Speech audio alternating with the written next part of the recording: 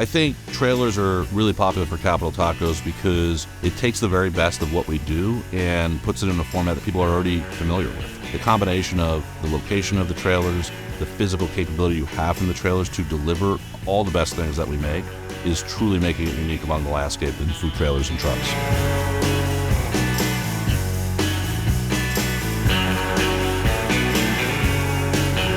Operating a trailer requires some of the basics. You need to be permitted for it. You need to have water. You need to have power.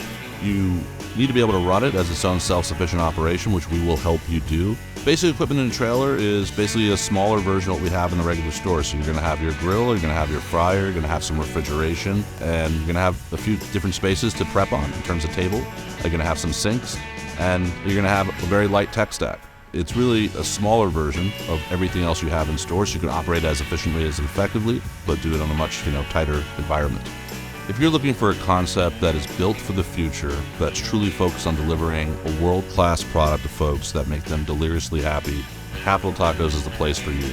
If you're looking for a company that is run by entrepreneurs, business owners who have a passion for helping people succeed and working with them to build life-changing prosperity, we're the place for you.